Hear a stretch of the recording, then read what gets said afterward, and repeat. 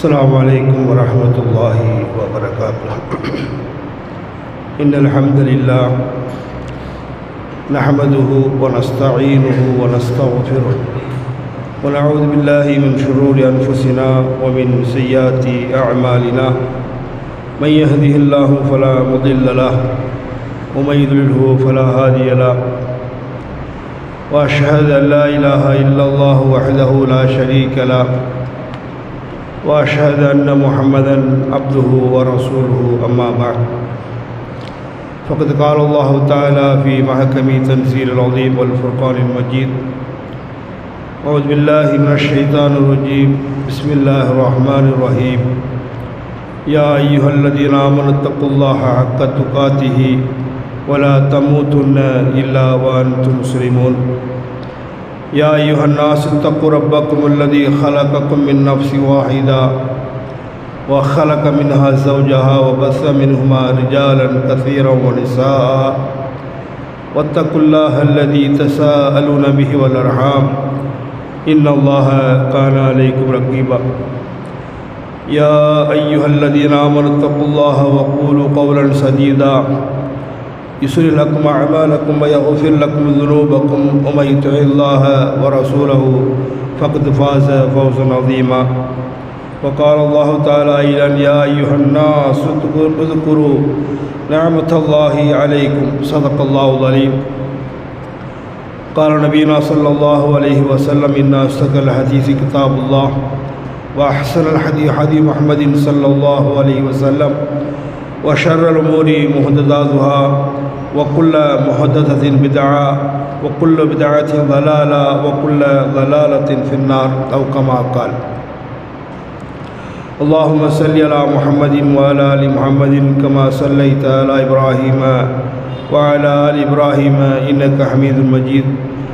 اللهم صل على محمد اللهم بارك على محمد وعلى آل محمد كما باركت على إبراهيم وعلى آل إبراهيم إنك حميد مجيد. அளவற்ற அருளாளனும் நிகரில்லா பேரன்புடனுமாகிய இல்லாமல்ல அல்லாஹ்வின் திருப்பெயரால் ஆரம்பம் செய்கின்றேன். அந்த ஏக நாயனுடைய சாந்தியும் சமாதானமும் நம் உயிரினும் மேலான அண்ணன் பெருமகனார் முஹம்மது நபி ஸல்லல்லாஹு அலைஹி வஸல்லம் அவர்களின் மீதும் அவருடைய குடும்பத்தினர்கள் மீதும் அவர்களை ஒற்றி வாழ்ந்து மறைந்த நல்லோர்கள் மீதும் நம் சமூகத்தினர் அத்துணை பேர் மீதும் என்றென்றும் நின்று நிலவட்டுமாக. அல்லாஹ்வுடைய மிகப்பெரிய கருணையினால் அல்லாஹ் நமக்கு கடமையாக்கப்பட்ட ஜும்மா என்கின்ற வணக்க வழிபாட்டை நிறைவேற்றும் முகமாக நம்மை எல்லாம் அல்லாஹ்வுடைய ஆலயம் மஸ்ஜிதுல் அக்ஸாவில் ஒன்று கூடச் செய்ததற்காக மீண்டும் ஒருமுறை அல்லாஹ் ஒருவனுக்கு நன்றி கூறியவனாக. அல்லாஹ்வின் நல்லடியார்களே, ஜும்மா என்கின்ற வணக்க வழிபாட்டை நமக்கு ஏற்படுத்துவதனுடைய நோக்கம், சென்ற வாரத்திலிருந்து இந்த வாரம் வரை ஒரு வாரம் நம்மால் செய்த பாவங்களை, நம்மை மீறி நாம் செய்த பாவங்களை மன்னிக்கப்பட வேண்டும் என்கின்ற அல்லாஹ்வுடைய மிகப்பெரிய அருளை நமக்கு சுமந்திருக்கிற காரணத்தினால் இந்த ஜும்மா நமக்கு கடமையாக்கப்பட்டிருப்பதாக அல்லாஹ்வின் தூதர் ஸல்லல்லாஹு அலைஹி வஸல்லம் அவர்கள் கூறுகின்றார்கள். இந்த ஜும்மாவுடைய சிறப்புகளை சொல்லுகின்ற பொழுது, ஒரு மனிதன் ஜும்மாவை தொழுதுவிட்டான் என்று சொன்னால் சென்ற வாரத்திலிருந்து இந்த வாரம் வரை இடைப்பட்ட காலத்தில் அவன் செய்த பாவங்கள் மன்னிக்கப்படுகின்றன என்று அல்லாஹ்வின் தூதர் ஸல்லல்லாஹு அலைஹி வஸல்லம் அவர்கள் சொல்கின்றார்கள். காரணம், அல்லாஹு தஆலா மிகப்பெரிய அருளுக்கு சொந்தக்காரனாக இருக்கின்றான். எந்த வகையிலாவது தன்னை நம்பி வாழக்கூடிய, தன்னை ஈமான் கொண்ட, தன்னால் படைக்கப்பட்ட இந்த மனிதன் தன்னிடம் திரும்பி வரமாட்டானா என்கின்ற ஒரு ஆவலுடன் அல்லாஹு தஆலா ஒவ்வொரு நாளும் தன்னுடைய இரு கைகளையும் அதிகாலையில் ஏந்துவதாகவும் அல்லாஹ்வின் தூதர் ஸல்லல்லாஹு அலைஹி வஸல்லம் அவர்கள் ஞாபகம் ஊட்டுகின்றார்கள். அந்த அளவிற்கு அல்லாஹ்வுடைய அருள் என்பது நாம் பயன்படுத்தப்பட வேண்டிய ஒன்றாக இருக்கிறது. அல்லாஹ்வுடைய அருள் என்று சொன்னால் நமக்கெல்லாம் ஞாபகத்துக்கு வருவது பணம், செல்வம், செல்வாக்கு. இதை தவிர நமக்கு அருள் என்பது நாம் இன்னும் உணராத சில விஷயங்கள் இருக்கிறது என்பதை ஞாபகமுற்றதான் இன்றைய வாரத்தினுடைய நோக்கமாக எனக்கு இருக்கிறது. அல்லாஹு தாலா சொல்கின்ற எனக்கும் கேட்கின்ற உங்களுக்கும் அதனை கேட்டு வாழ்க்கையில் நடைமுறைப்படுத்தக்கூடிய பாக்கியத்தை தந்தருள் புரிவானாக.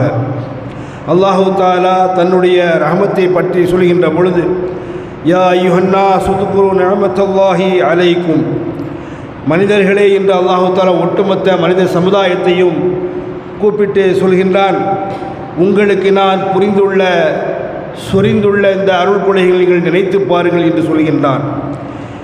சூரத்துல் அன்ஃபா 7வது அத்தியாயம் 154வது வசனத்தில் சொல்கின்றான், வரஹமத்தி வசியத்தின் குல்ல ஷையின், அவனுடைய அருள் என்பது இந்த உலகத்தினுடைய ஒட்டுமொத்த உலகத்திலும் சூழ்ந்திருக்குது என்று சொல்கின்றான். சூரத்துல் நமல் 27 73வது அத்தியாயத்தில் சொல்கின்றான், வ இன்ன ரப்பக லது ஃபதுல் அன்னாசி வலாக்கின் அக்ஸர அன்னாசி வலாக்கின் அக்ஸரஹும் லா யஷ்குரூன், உன்னுடைய ரப்பினுடைய அருள் என்பது இந்த மக்கள் மீது அருள் புரியக்கூடியவனாக இருக்கின்றான். உன்னுடைய ரப்பு மக்களின் மீது அதிகமாக அருள் புரியக்கூடியவனாக இருக்கின்றான். என்றாலும் இந்த மனிதர்கள் நன்றி செலுத்துவதில்லை என்று அல்லாஹு தஆலா சொல்கின்றான். சூரத்துல் யூசுஃபிலே அல்லாஹ் சொல்கின்றான், இந்த அருளை நாம் யாருக்கெல்லாம் கொடுப்போம் என்பதை ஒரு சின்ன கோடிட்டு காட்டுகின்றான். நசீபும் பி ரஹ்மத்தினா மன் நஷாஉ வலா நுதிஉ அஜ்ரன் முஹ்ஸினீன், நாம் விரும்புகின்றவர்கள் மீது நமது கருணையை நமது அருளை பொழிகின்றோம், நல்லவர்களுடைய கூலியை அல்லாஹு தஆலா வீணாக்க மாட்டான் என்று சொல்கின்றான். அப்போ இது போன்ற அருள்களை நாம் எண்ணிவிட முடியாது. இன்னொரு இடத்தில் அல்லாஹ் சொல்கின்றான், வ இன் தஉது நிஅமத்தல்லாஹி லா துஹ்ஸுஹா, அல்லாஹ்வுடைய அருள்களை நீங்கள் எண்ணி கணக்கிட வந்தால் நிச்சயமாக அது முடியவே முடியாது என்று சொல்கின்ற அளவிற்கு அல்லாஹ்வுடைய அருள் நம்ம இது சொரிந்திருக்கிறது என்பதை நாம் புரிந்து கொள்ளலாம். எதற்காக இந்த அருள்களை நாம் நினைக்க வேண்டும் என்பதை நாம் ஒரு கணம் சிந்தனை செய்து பார்க்க வேண்டும். நாம் எல்லாம் பிறந்திருக்கின்றோம், அதோடு விட்டுவிட்டான அல்லாஹு தாலா மாறாக இஸ்லாம் என்கின்ற ஒரு மிகப்பெரிய அருளை நமக்கு அல்லாஹ் தந்தனுடைய காரணமாகத்தான் இந்த நேரத்தில் நம்மை போன்றவர்களெல்லாம் இதே வீடுகளிலும் தெருக்களிலும் ரோடுகளிலும் இன்ன பிற அலுவல்களிலும் ஈடுபட்டு இருக்கின்ற வேளையில் அல்லாஹு தஆலா தேர்ந்தெடுத்து அவனுடைய அருளை நம்மீது புரிய வேண்டும் என்கின்ற தேர்ந்தெடுத்து இங்கே நம்மை எல்லாம் ஒன்று கொள்ளும்படி செய்திருக்கின்றான். இதெல்லாம் பெரிய அருள் என்பதை நாம் எந்த இடத்தில் இருந்து புரிந்து கொள்ளலாம் என்று சொன்னால் கொஞ்சம் சிந்தனை செய்து பாருங்கள். இதே போன்ற நம்முடைய சக வயதுடையவர்கள் யாரெல்லாம் எந்த வயதில் இருக்கின்றீர்களோ அந்த வயதுக்கு ஒப்ப தன்னுடன் பழகுகின்ற தன்னுடைய உறவினராக இருக்கக்கூடியவர்கள் என்னவெல்லாம் செய்கின்றார்கள் இந்த நேரத்தில் என்பதை நாம் ஒரு கணம் சிந்தனை செய்து பார்த்தாலே போதும். நமக்கு அல்லாஹு தஆலா மிகப்பெரிய அருளை புரிந்திருக்கின்றான் என்பதற்கு அது ஒரு சாட்சியாக இருக்கிறது. அது மட்டுமா, நாம் கொண்டிருக்கின்றது ஈமான் இஸ்லாம் என்பது மட்டுமல்லாமல் இந்த ஈமானோடு இஸ்லாத்தோடு எப்படி நாம் வாழ்க்கையை அமைத்து கொள்ள வேண்டும் என்று அல்லாஹு தஆலா நமக்கு வழிகாட்டுதலாக தந்த குர்ஆன் இருக்கிறதே, அதுவும் மிகப்பெரிய அருள் என்று அல்லாஹு தஆலா சொல்கின்றான். ஹாதா பஸாயிருல் லின்னாசி வ ஹுதன் வ ரஹ்மா லிகௌமி யுகினூன், மனிதர்கள் அனைவருக்கும் பகுத்து உணர்ந்து சிந்திக்கக்கூடிய சான்றுகளை உறுதி கொள்ளக்கூடிய மக்களுக்கு வழிகாட்டியாக நாம் இந்த குர்ஆனை ஆக்கியிருக்கின்றோம் என்று சொல்கின்றான். ஆக அல்லாஹ்வுடைய அருள் என்பது ஒட்டுமொத்த மனித சமுதாயத்திற்கும் எப்பொழுதும் இருந்து கொண்டே இருக்கிறது. அந்த அருளை நாம் உணராமல் வாழ்கின்றதனுடைய விளைவு சதா எப்பொழுது பார்த்தாலும் எந்த ஒரு மனிதனிடம் அதாவது பணத்தை சேமித்து வைத்திருக்கின்ற மனிதனிடம் கொண்டு நாம் சென்று கேட்டாலும் அல்லாஹ் தஆலா எனக்கு இன்னும் சரியான அருள் புரியவில்லை, எனக்கு என்னுடைய தேவைகளை பூர்த்தியாக்கவில்லை என்கின்ற ஒரு கவலையினுடைய துணி அவருக்கு தெரிவதை நாம் பார்க்கலாம். அவருடைய சொல் வேண்டுமானால் அல்லாஹ் என்னை பரக்கத்தாக்கி வைத்திருக்கின்றான் என்று சொல்வார்களே தவிர மாறாக அவருடைய செயல்பாடு அப்படியே நேர் மாறாக இருக்கும் என்பதை நாம் கண்கூடாக பார்த்து கொள்ளலாம். இதற்கு வேறு ஒரு உதாரணம் தேவையில்லை. அல்லாஹ்வின் தூதர் ஸல்லல்லாஹு அலைஹி வஸல்லம் அவர்கள் சொல்கின்றார்கள், நிஅமத்தானி மக்பூனுன் ஃபீஹிமா அக்ஸரன் நாசி ஸஹா வ ஃபரஹா. அல்லாஹ்வின் தூதர் ஸல்லல்லாஹு அலைஹி வஸல்லம் சொல்கின்றார்கள், இந்த மனிதன் இரண்டு விஷயங்கள், இரண்டு அருட்கொடைகளில் கவனம் இல்லாமல் ரொம்ப அசால்ட்டாக இருப்பதாக அல்லாஹ் ஸல்லல்லாஹு அலைஹி வஸல்லம் சொல்கிறாங்க. 2 அருட்கொடைகளில் இந்த மனிதன் பொடுப்போக்காக அது ஒரு அருளாகவே நினைப்பதில்லை. அது என்ன ஒரு பெரிய 2 அருள்? ஒன்று ஓய்வு, இன்னொன்று ஆரோக்கியம். இந்த ஓய்வும் ஆரோக்கியம் என்பது நமக்கு மிக அவசியமான தேவை. அது என்ன? ஓய்வு கிடைப்பது பெரிய அருள் இல்லையா? சதா 12 மணி நேரம் வேலை செய்யக்கூடிய மக்கள்கிட்ட நீங்கள் போய் கேட்டு பாருங்கள், அவங்க சொல்லுவாங்க ஒரு அரை மணி நேரம் கொஞ்சம் தூங்கி இருந்துச்சா எனக்கு போதுங்க, தூக்கம் வராது. அப்போ அந்த ஓய்வு கூட அருள் என்பதை நாம் விளங்காமல் சதா எப்பொழுது பார்த்தாலும் பணம் பணம் என்று அலைகின்ற காட்சியை நாம் பார்க்கின்றோம். அப்போ அந்த ஓய்வு கூட, அந்த ஓய்வு நேரத்தில் கூட நாம் சரியான முறையில் தூங்காமல் அதை சரியான முறையில் பயன்படுத்தாமல் இருப்பதை பார்க்கின்றோம். அல்லாஹ்வின் தூதர் ஸல்லல்லாஹு அலைஹி வஸல்லம் அல்லாஹ் தஆலா சொல்கின்றான், ஓய்வு நேரத்தில் கொஞ்சம் நீங்கள் அல்லாஹ்வை நினச்சி பாருங்கள், தொழுவுங்கன்னு சொல்கிறான். அலம் நஷ்ரஹ் லக ஸத்ரக அல்லாஹ் சொல்கிறான். அதில் ஓய்வு நேரத்தில் லக்க திக்ரக் அல்லாஹ்வை நினைச்சு பாருங்கன்னு சொல்கிறான். அந்த ஓய்வு நேரம் கிடைப்பதற்கு கூட மிக அரிதாக இருக்கக்கூடிய காட்சியை பார்க்கிறோம். அடுத்து பாருங்க ஆரோக்கியம். இந்த ஆரோக்கியத்தை மட்டும் நாம் பேச ஆரம்பிச்சுன்னு வைங்களேன், ஒரு சும்மா பத்தாது. அவ்வளவு ஆரோக்கியமான உடலை அல்லாஹ் தஆலா இயற்கையாகவே நமக்கு தந்திருக்கின்றான். கண்கொண்டு பார்க்கின்றோம், காதால் கேட்கின்றோம், நாவால் பேசுகின்றோம், காலால் நடக்கின்றோம், கைகளால் செய்களை செய்கின்றோம். இதுவெல்லாம் எப்பொழுது அருள் என்பதை நாம் விளங்கலாம் என்று சொன்னால், அல்லாஹ் விதித்த விதி பிரகாரம் நமக்கு இது ஒரு விபத்து ஏற்பட்டுடுச்சு அல்லது ஒரு நோய் ஏற்பட்டுடுச்சு, அப்போ நம்ம விளங்கி கொள்ளணும். ஆனால் அப்போ கூட நமக்கு அது விளக்கமாக தெரியறதில்லை, இது ஒரு பெரிய அருளாகவே நினைப்பதில்லை. ஆனால் அல்லாஹ்வின் தூதர் ஸல்லல்லாஹு அலைஹி வஸல்லம் சொல்கிறாங்க, ஆரோக்கிய விஷயத்தில் இந்த மனிதன் பொழுதுபோக்காக இருக்கிறான். அப்போ எந்த அளவிற்கு இந்த ஆரோக்கியம் முக்கியம்? வேறு ஒன்றும் இல்லை. கண் நமக்கு இல்லாமல் போச்சுன்னு வைங்களேன், கண் பார்வை குறைஞ்சிருச்சு, எவ்வளோ காசு கொடுத்தனாலும் கண்ணை வாங்கிறதுக்கு ரெடியாக இருக்கிறோம். ரத்தம் இல்லை, கம்மியாக இருக்குது ரத்த அளவு, எவ்வளோ நாள் காசு கொடுத்து ரத்தம் வாங்கிறதுக்கு தயாராக இருந்துகிட்டு இருக்கிறோம். கிட்னி ஃபெயிலியர், எவ்வளோ காசு சொத்தனால் விற்கணுமா, விற்றுக்க ஒன்றும் பிரச்சனை இல்லை, கிட்னியை வாங்கித்தா, கிட்னியை நீ பொருத்தி விடு, டாக்டர்கிட்ட போய் நிற்கிறத பார்க்குறோம். ஒரு கால் போயிடுச்சு, வேற ஒரு செயற்கை காலை பொருத்தணுமா, பொருத்திக்கோ, காசு என்ன பிடி. இதை நீங்கள் கொஞ்சம் யோசனை பண்ணி பாருங்கள். ஒவ்வொரு ஆளும், ஒவ்வொரு மனிதரும், ஆனாலும் பெண்ணாக இருந்தாலும் அல்லாஹ் தந்த அந்த ஆரோக்கியம், இயற்கையான ஆரோக்கியத்தை விடுத்துட்டு நம்ம நோய் நொடியில் போய் விழுறோமே, அப்போ நினச்சி பார்க்கணும் அல்லாஹ்வை. அதனால தான் இஸ்லாம் எந்த மாதிரியான நற்கூலி கொடுக்குதுன்னா, நாளைக்கு மறுமையில் இளைஞனாக இருந்தவன் சதா அல்லாஹ்வுடைய நினைவிலே வாழ்கிறானே, தொழுகையும் பள்ளிவாசல் வீடுமா, அவனுக்கு நாளைக்கு 7 நபர்களில் ஒரு நபராக அல்லாஹ்வுடைய அந்த அரிசின் கீழ் நிழலில் கிழிப்பதற்கு இடம் இருக்குது, இடம் கொடுக்கப்படுது. ஏன்? அவன் இளைஞனாக இருக்கின்ற பொழுது சகவத்த தன்னுடைய நண்பனாக இருக்கக்கூடியவன் எங்கேயெல்லாம் போகிறான் வர்றான், ஆடல் பாடல் சினிமா கூத்துன்னு சொல்லி அணைஞ்சிட்டு இருக்க நேரத்தில் பீடி சிகரெட்டு மது இன்ன பிற கெட்ட பழக்கங்களோடு அவன் உலா வருகின்றதை பார்க்கின்ற பொழுது இதையெல்லாம் அவனுக்கு மனம் லயிக்காமல், அங்கே மன ஊசலாட்டம் ஆகாமல் அல்லாஹ்வுடைய நோக்கி, அல்லாஹ்வுடைய பள்ளியை நோக்கி இஸ்லாத்தை புரிந்து கொள்வதற்காக வருகின்றானே, அந்த இளைஞனுக்கு நாளை மறுமையில் மிகப்பெரிய கூலி இருக்கிறது.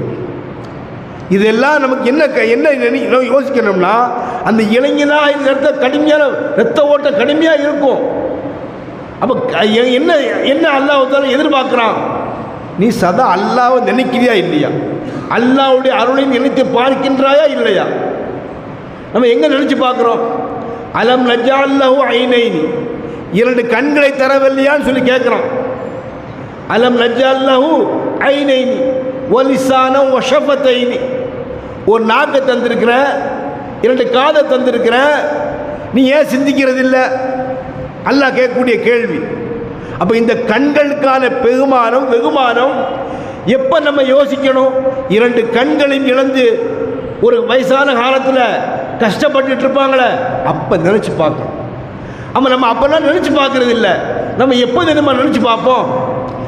இயற்கையான ஒரு மனிதர் எப்போ நினச்சி பார்க்குறான்னா, அது எல்லாருடைய குறையும் இருக்கிறது. எப்போ எனக்கு மிக ஒரு நோய், கடுமையான நோய் வந்துருச்சு, ஒரு கேன்சர் இல்லை கிட்னி ஃபெயிலியர் இல்லை ஏதோ ஒரு வகையில் ரொம்ப, அதாவது செலவு கூடுதலாக உள்ள ஒரு நோய் வந்துருச்சு. அந்த மாதிரி நேரத்தில் யார்கிட்டயா நம்ம உதவி கேட்குறோம், அல்லது நமக்கு ஒரு பெரிய ஒரு சொத்து கிடைக்கிறது நம்ம ஞாபகம் வருது, இந்த சொத்தை விற்றுனால் நமக்கு இருக்குது அல்லாஹ்வுத்தாலா அப்போ நினைப்ப. எப்போ அந்த பணம் வருகின்ற பொழுது, யாரடியா இருந்து உதவி நமக்கு வருகின்ற பொழுது, அல்ஹம்துலில்லாஹ் அல்லாஹ் எனக்கு பணத்தை தந்திருக்கிறான். எப்போ நினைச்சு பார்க்கறது இல்லை, அல்லாஹ்வுத்தாலா இவ்வளோ நாள் நம்மளுடைய உடல் உறுப்புகளை எந்த குறைவில்லாமல் அது சீராக இயங்குவதற்கு அல்லாஹ்வுத்தாலா எனக்கு தாக்கீதை கொடுத்தானே, அது மிகப்பெரிய அருள் இல்லையா? எத்தனை வரை பார்க்குறோம்? நரம்பு தளர்ச்சி. இன்றைக்கு காலையில் ஒரு ஆளை பார்க்குற திடகாத்திரமான உடல் உள்ளவர். அவர்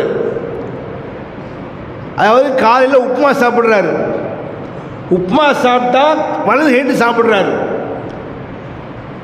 டீ குடிக்கிறாரு, இடது ஹேட்டு குடிக்கிறார். பெரும் தாடி, தொப்பி வச்சிருக்கிறார். நல்ல இபாபத்தான ஆள் தான். என்னங்க நான் நம்ம பொதுவாகவே என்னுடைய பழக்கம் என்னன்னா, கொஞ்சம் மாற்றமாக இருந்ததுன்னா இடது ஹேலை குடித்தா நம்ம கேட்போம். அவன் எப்படி நினைச்சாலும் பிரச்சனை இல்லைன்னு சொல்லி நம்ம கேட்டுருவோம்.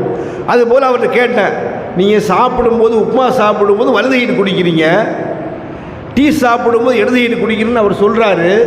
அழுதுகிட்டே சொல்கிறார். அதுதான் நமக்கு டச்சான இடம். அவர் சொல்கிறாரு, நான் ஒரு நாளைக்கு 250 ஆடுகளை அறுத்து கொண்டு இருந்தேன். ஒரு நாளைக்கு 250 ஆடு அறுத்துக்கிட்டு இருந்தேன். அது சனிக்கிழமை ஞாயிற்றுக்கிழமை நீங்கள் 6 மடங்காக பெருக்குங்க அப்படிங்கிறார். அவ்வளவு ஆடுகளை அறுத்து இந்த கை நரம்பெல்லாம் அவருக்கு வேலை செய்யப்போம், பிடிக்க முடியல. எப்படி ஒரு கிளாஸை பிடிக்க முடியலங்கிறார். சொல்லிட்டு சொல்கிறாரு, ஆனால் அல்ஹம்துலில்லாஹ் நான் உடல் உழைப்பில் உழைச்சி என்னுடைய பிள்ளைகளை நான் படிக்க வச்சுருக்கிறேன், அல்ஹம்துலில்லாஹ் அது வரைக்கும் எனக்கு சந்தோஷம். ஆனால் அந்த நேரத்தில் நான் கொஞ்சம் ஓய்வாக நான் இருந்திருக்கணுமே, என்னுடைய உடல் அப்போவே லேசாக அந்த ஆட்டை காணிச்சு நான் கவனிக்காமல் இருந்துட்டேனே. அப்போ பாருங்கள், ஒரு சாதாரண ஒரு நரம்பு தான், சாப்பிடும்போது கைட்டு எடுத்து சாப்பிடாது விரலில் வச்சு. ஆனால் ஒரு கிளாஸ் அப்படி பிடிக்க முடியல, ஆடுதுங்கிறார். இப்படி காமிக்கிறார், இப்படி ஆடுது, இப்படி பிடிக்க முடியல அவருக்கு. டீ கிளாஸ் அரை கிளாஸ் இருக்குது, அப்படி வெளியே குப்பிளி அவ்வளோ ஆடுது. ஆனால் சாப்பிடும்போது உப்புமான தெளிவாக சாப்பிட்றாரு. அப்போ சாதாரண இந்த நரம்பு பிரச்சனை எந்த அளவிற்கு பாதிக்குங்கிறது என்பதை அவர் விளங்கியிருக்கிறாரு. நாம் இன்னைக்கும் நல்ல முறையில் வாழ்ந்துகிட்டு இருக்கிறோம், போயிட்டு இருக்கிறோம். ஆனாலும் இன்னும் அல்லாஹ்வை நினைப்பதற்கு சரியான டைம் நமக்கு கிடைக்கிறது இல்லை. அல்லாஹ்வை நினைத்து தொழுவதற்கு சரியான நேரத்தை ஒதுக்குவதில்லை. கிடைச்சாலும் ஏனோதான்னு போயிடுறோம். ஒரு சபை என்பதே அல்லாஹ்வை பற்றி பேசக்கூடிய சபை என்பதே மலக்குமார்களால் சூழப்பட்ட ஒரு சபை என்று அல்லாஹ் ஸல்லல்லாஹு அலைஹி சொல்கிறாங்க. இந்த சபையில் ஏதாவது ஒரு நாளாவது நாம் உட்கார்ந்துடணும், முதல்ல இருந்து கடைசி வரைக்கும் அப்படி என்பதற்காகத்தான் ஜும்மாவுடைய நேரம் ஒதுக்கப்பட்டிருக்கிறது. அதில் கூட நம்ம என்ன செய்கிறோம், அசால்ட்டாக எனக்கு வேலையாகி போச்சு, நான் வர முடியலை என்று சாக்கு போக்கு தான் சொல்கிறோமே ஒழிய, அது நமக்கு நாமே அதை சொல்லிக்கொள்கிறோமே தவிர அதனுடைய வெகுமானம் தெரியாதனால ஒரு வாரத்தில் ஒரு நாள், அப்போ 5 வக்து தொழுகையை கூட எவ்வளோ அசால்ட்டாக இருந்துகிட்டு இருக்கிறோம், பொடுப்போக்காக இருந்துகிட்டு இருக்கிறோம். நாமெல்லாம் முஸ்லீம் சொல்கிறோம். அல்லாஹ்வுடைய அருளை பற்றி சொல்வதற்கு ஒரு வாரம் இல்லை, ஒரு மாதம் இல்லை, நாள் கணக்கு நம்ம பேசிகிட்டே இருக்கலாம். இந்த கண் எப்படி பார்க்குது, இந்த இதயம் எப்படி நமக்கு துடிக்குது, ஒரு முறை துடிக்கிறதுக்கு எத்தளவோ அது நம்ம ஒரு தடவை நம்ம மூச்சு காற்றை உள்வாங்கி வெளியே வருவதற்கு எந்த அளவுக்கு அது துடிக்குது, நம்முடைய நரம்பு எப்படி வேலை செய்யுது, நம்முடைய இரத்த நாளங்கள் எங்கெல்லாம் போகுது, அது எந்த இடத்த அடைப்பு வந்துச்சுன்னா என்ன மாதிரியான விளைவு நமக்கு ஏற்படும். இந்த ஒன்று போதும் அல்லாஹ்வை நாம் நினைப்பதற்கு. ஆனாலும் நம்ம புலம்பிட்டு இருக்கிறோம். ஒருவேளை சாப்பாடு கிடைப்பதற்கு கூட நம்ம ரொம்ப கஷ்டப்படக்கூடிய நேரத்தில் கூட அல்லாஹ்வை நினைத்து பார்ப்பதில்லை. பாருங்க, ஒரு சம்பவம். அல்லாஹ்வின் தூதர் ஸல்லல்லாஹு அலைஹி வஸல்லம் அவங்க ஒரு முறை முஸ்லீமில் 4143வது ஹதீஸாக பதிவு செய்யப்பட்டிருக்கிறது. நபி ஸல்லல்லாஹு அலைஹி வஸல்லம் அவங்க தன்னுடைய வீட்டிலேருந்து வெளியே வர்றாங்க. ஒரு முறை வீட்டிலேருந்து வெளியே வந்தாங்கன்னா அங்கே பார்க்குறாங்க அபூபக்கரும் உமர் ரலியல்லாஹு அன்ஹுமா 2 பேர் உட்கார்ந்துருக்குறாங்க. உட்கார்ந்த உடனே அவங்கள்ட்ட கேட்குறாங்க, என்னாச்சு, என்னங்கிற 2 பேர் உட்கார்ந்துருக்கீங்களே? அவங்க சொல்கிறாங்க, அந்த 2 பேரும், அல்லாஹ்வின் மீது ஆணையாக பசி தான் எங்களை இந்த மாதிரி இங்கே நிற்க வச்சுருக்கு அப்படின்னு அந்த 2 தோழர்கள் சொல்கிறாங்க. உடனே ரசூலுல்லாஹ்ட்ட அவங்க கேட்குறாங்க, யார் ரசூலல்லாஹ், நீங்கள் இந்த நேரத்தில், அதாவது எந்த மாதிரி நேரம் சொல்லி அவங்களுடைய கேள்வியிலேருந்து நம்ம விளங்கலாம். வெளியே வர முடியாத ஒரு நேரம், வெளியே வரக்கூடாத ஒரு நேரம், அதில் இந்த மாதிரி நேரத்துலாம் வெளியே போக மாட்டோம். அந்த மாதிரியான ஒரு நேரம் பசி அவங்களுக்கு வயிற்றை போட்டு புரட்டி எடுத்து நிற்கிறாங்க 3 பேரும். அப்போ ஒரு ஆள் பேசிக்கிடுறாங்க. அப்போ ரசூலுல்லாஹ்ட்டையும் கேட்குறாங்க. அப்போ ரசூல் ஸல்லல்லாஹு அலைஹி வஸல்லம் சொல்கிறாங்க, அல்லாஹ்வின் ஆணையாக உங்கள் 2 பேரையும் எது வெளியேற்றியதோ அதுபோல் என்னையும் வெளியேற்றியது. அதோட என்ன செய்கிறாங்கன்னா, இயற்கையிலே அல்லாஹ்வின் தூதர் ஸல்லல்லாஹு அலைஹி வஸல்லம் அவர்களுக்கு ஒரு அன்சாரி தோழர் விருந்து கொடுப்பதற்காக கூப்பிட்டுருந்தாங்க. அந்த வீட்டுக்கு போகிறாங்க.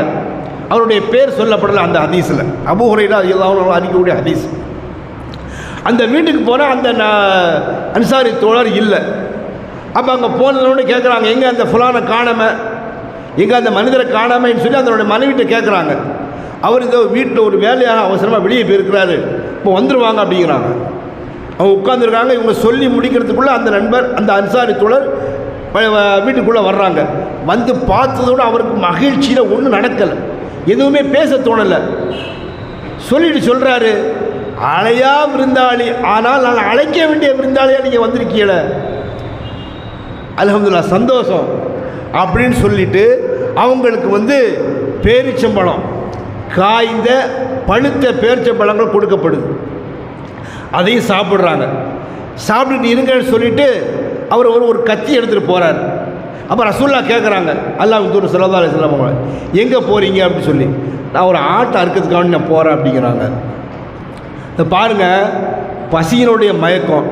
நம்மளாம் என்ன நினச்சிருப்போம், ஏதாவது ஒன்று கோழியோ ஆட்டுக்கறியோ மாட்டுக்கறியோ மீனோ இல்லை ஏதாவது ஒன்று வாங்கிட்டு இருந்தால் சரிதான் அப்படின்னு நம்ம நினைப்போம். அல்லாஹ்வின் தூதர் ஸல்லல்லாஹு அலைஹி வஸல்லம் அந்த இதை பாருங்கள். அவங்க சொல்கிறாங்க, எப்போ நீ ஆடு அறுக்க போகிற ரைட்டு, அது பெட்ட ஆடாக இருந்தால் கற்பம் தெரிவிக்காமல் பார்த்துக்க, அது கற்பமாக இருந்துடக்கூடாது, அந்த ஆட்டை அறுத்துறாத, உன்னுடைய கத்தியை கூர்மையாக்கிக்கொள் அப்படி சொல்லி விடுறாங்க.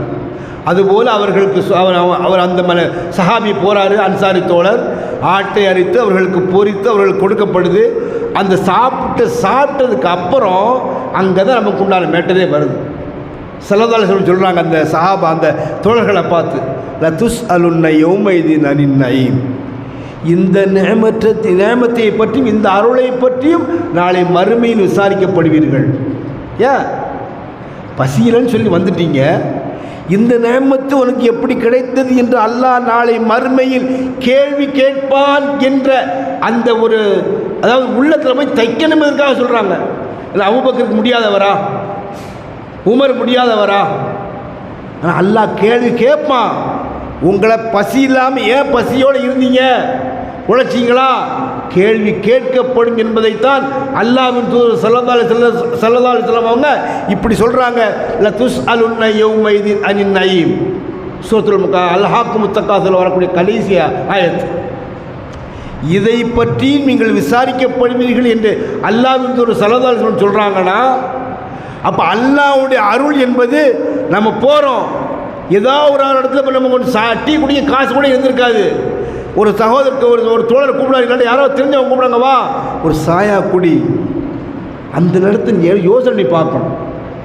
ஒரு வடையை சாப்பிடு, ஒரு பிஸ்கட்டை சாப்பிடு, ஏதாவது ஒன்று சாப்பாடு வாங்கி தர்றாங்க, ஒரு தண்ணி கிளாஸ் குடிக்க தண்ணி குடிக்கிறாங்க, அப்போ நினச்சி பார்க்கணும், பா யா அல்லாஹ் உனக்கு தான் எல்லாம் போகணும், இதுக்கு சொந்தக்காரன் நீ இவர் மூலியமாக எனக்கு தருகின்றாய், என்று அல்லாஹ்வின் மீதான அந்த அல்லாஹ்வின் அருள் மீதான நன்றி உணர்ச்சியோடு இருக்கணும்.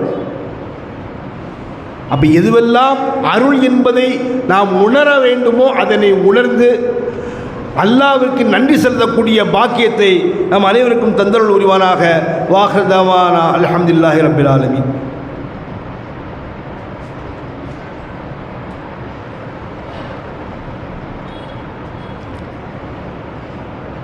அல்ஹம்துலில்லாஹி ரப்பில் ஆலமீன் வல் ஆகிபத்து லில் முத்தகீன் வஸ்ஸலாத்து வஸ்ஸலாமு அலா நபியில் கரீம் வ அலா ஆலிஹி வ ஸஹ்பிஹி அஜ்மஈன். சூரத்துல் குரைஷ் என்ற 106வது வசனத்தில் அல்லாஹ் சொல்கின்றான், லீலாஃபி குரைஷின் ஈலாஃபிஹிம் ரஹலத்த ஷித்தாஇ வஸ்ஸைஃப் ஃபல்யஅபுது ரப்ப ஹாதல் பைத்துல்லதி அத்அமஹும் மின் ஜுஇன் வ ஆமனஹும் மின் ஹௌஃப். அதாவது அந்த குறைசிகளுக்கு அல்லாஹ் எந்த அளவுக்கு அருள் புரிந்தால் என்பதை அல்லாஹ் தஆலா சொல்கிறான். சொல்லிவிட்டு அல்லாஹ் சொல்லக்கூடிய வாக்கியம் தான் முக்கியமானது.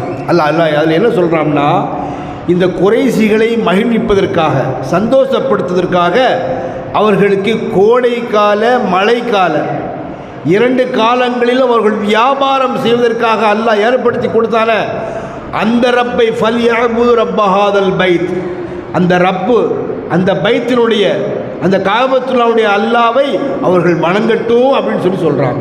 அல்லாஹ் சொல்லிவிட்டு ஏன் வணங்கணும் அது பின்னாடி சொல்கிறான். அல்லதி அத்அமஹும் மின் ஜுஇன் வ ஆமனஹும் மின் ஹௌஃப். உண்பதற்கு உணவையும் அவர்கள் வாழ்வதற்கு அதாவது பாதுகாப்பான ஒரு சூழலையும் ஏற்படுத்தி தந்தானே அந்த அல்லாவை அவர்கள் வணங்கட்டும் அப்படி சொல்கிறாங்க. அப்படி சாப்பாடெல்லாம் நமக்கு அருள். நம்ம உழைச்சி சாப்பிட்றோம்னு நினைக்கிறோம், நம்ம வியாபாரம் செஞ்சு சாப்பிட்றோம்னு நினைக்கிறோம், நம்ம வேலை செஞ்சு சாப்பிட்றோம்னு நினைக்கிறோம். நம்மை போன்ற மனிதர்கள் கொஞ்சம் யோசனை பண்ணி பாருங்கள். அதனால தான் அல்லாஹ் ஒரு சல்லல்லாஹு சொல்கிறாங்க, அல்லாஹ்வுடைய அருளை பற்றி உனக்கு நினைக்கணுமா, உனக்கு கீழே உள்ளவங்களை பார்த்து நினச்சிப்பார். நீ மேலே உங்களை நினச்சி பார்த்துன்னு வச்சுக்கோவேன், உனக்கு அருள் உனக்கு புரியாது. உனக்கு கீழே இருக்கக்கூடிய கீழ் மட்டத்தில் இருக்கக்கூடிய 3 வேளை சாப்பாடு கிடைக்காம ரோட்டில் எத்தனை மாதிரி இருந்துகிட்டு இருக்கிறான், அதை நினச்சி பார்க்கணும். கைகால் விளங்காமல் போச்சேன்னு சொல்லி சோம்பி உட்காந்துடாத. உனக்கும் கீழே ரொம்ப கீழே படுக்கையாக கிடக்குறாங்களே அவங்கள நினச்சிப்பாரு. படுத்த படுக்கையாக கிடந்தானே என்ன அல்லாஹ் அப்படி நினைக்காத. இன்னும் உனக்கு அந்த உணர்வுடன் கூடிய அந்த இயக்கமான ஒரு உடல் அல்லாஹ் தந்திருக்கான ஆரோக்கியத்தை அதை நினச்சிப்பாரு என்று அல்லாஹ் ஸல்லல்லாஹு அலைஹி வஸல்லம் இதுக்கெல்லாம் விளக்கமாக சொல்கிறாங்க. பாதுகாப்பான சூழல் வட மாநிலங்களில் எத்தனையோ முஸ்லீம்களுடைய வீடுகளுக்கு இன்னும் பாதுகாப்பு இல்லை. ஆனால் நம்ம ஒரு பாதுகாப்பான ஒரு சூழலில் இருந்துகிட்டு இருக்கிறோம். சம்பாத்தியம் பண்ணுறோம், யார் இந்த கொள்ளையை அடிக்க மாட்டாங்க ஒரு நம்பிக்கையோடு அல்லாஹ் தஆலா நம்மளை நம்பிக்கை வச்சுருக்கிறோம். பாதுகாப்பான ஒரு சூழல். அப்போ இதுவெல்லாம் பெரிய அருள் என்பதை நாம் விளங்கி அல்லாஹ்வை அனுதினமும் அந்த அருளுக்கு சொந்தக்காரனுக்கு அல்லாஹ்விற்கு நன்றி சொல்லக்கூடிய வகையில் நம்மால் இயன்ற அனைத்து காரியங்களையும் செய்ய வேண்டும். ஏதாவது வகையில் இன்றைக்கு ஒரு சகோதரர் வந்திருக்கிறாங்க. அவருக்கு அவருடைய தாயார் 3வது மாடியிலேருந்து கீழே விழுந்துட்டாங்களாம். வண்டிப்பேட்டை பகுதியை சேர்ந்தவங்க. அவங்களுடைய தாயாருக்கு அந்த ஆபரேஷன் செலவிற்காக நம்மளை தேடி வந்திருக்கிறாங்க. அதனால் இங்கே வந்திருக்கக்கூடிய அனைத்து சகோதர சகோதரிகளும் அந்த சகோதரியினுடைய அந்த அம்மாவுடைய உடல் தேவைகளுக்காக அந்த நோய் தேவைப்படுவதற்காக அந்த பணத்தை கொடுத்து அவருடைய தேவைகளை பூர்த்தியாக்கி அல்லாஹ்வுக்கு நன்றி செலுத்தி வாழக்கூடிய பாக்கியத்தை நம்ம அனைவருக்கும் தந்தருள் புரிவானாக. அங்கே வாசலில் இருக்கக்கூடிய நபர்கிட்ட சகோதரத்தை நீங்கள் கொடுத்தாலும் போதும், அதுவும் நம்ம பள்ளிக்கெல்லாம் சேரும். அதையும் நம்ம அவங்கள்ட்ட தான் கொடுப்போம் இன்ஷா அல்லாஹ். வ ஆகிர் தஅவானா அல்ஹம்துலில்லாஹி ரப்பில் ஆலமீன்.